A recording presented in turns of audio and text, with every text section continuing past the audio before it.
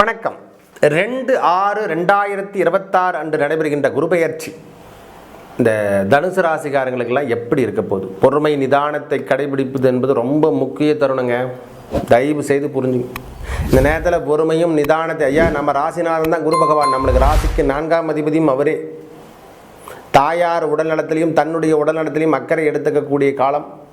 வீண் அவமானம் என்னென்ன விஷயத்தில் இருந்தால் தேவையில்லாத விஷயத்தில் ஈடுபடாமல் இருப்பது இந்த நேரத்தில் முக்கிய தருணமாக இருக்குது.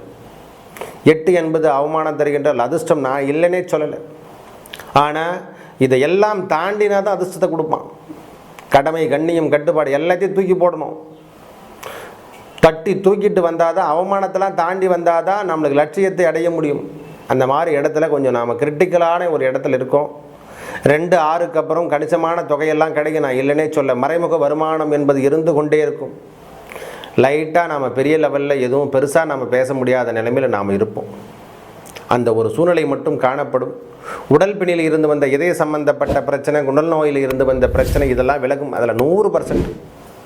நம்ம குடும்பத்தில் எதனா நடத்த முடியாமல், சிவகாரியங்களோ ஏதோ நடத்த முடியாமல் இருந்தால் அதெல்லாம் எடுத்து நடத்துவீங்க. அதில் எந்த குறைபாடும் கிடையாது, தடையே கிடையாது சாமி. அதுதான் ஒரே வார்த்தை சொல்லப்போனால், இது வரைக்கும் வெளியூர் பயணமோ வெளிநாடு பயணமோ நான் போகலன்னு சொன்னவங்களுக்கெல்லாம் இந்த வாய்ப்பெல்லாம் கிடைக்கும். கொஞ்ச நாள் மறைஞ்சிருக்கிற மாதிரி ஒரு சூழ்நிலையும் காணப்படும்.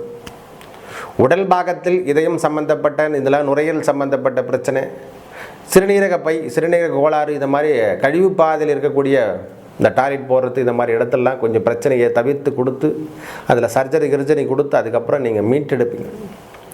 இந்த முதுகு தண்டு, இது மாதிரி விஷயங்கள் எது மறைக்கப்பட்டதோ அது மாதிரி விஷயங்கள் அனைத்தும் வெளியே வரும்.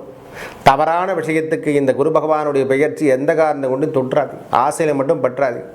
பெண்ணோ பெண் சார்ந்த விஷயத்திலோ தகவல் தொடர்பு தயவு செய்து இல்லாமல் இருப்பது ரொம்ப நன்மையை தரும். இந்த குரு பெயர்ச்சி ஓரளவுக்கு 80% 50% சாதகத்தை தரும். நல்லவை அனைத்தும் வந்து சேரும். நல்லது நடக்கும். நன்றி, வணக்கம்.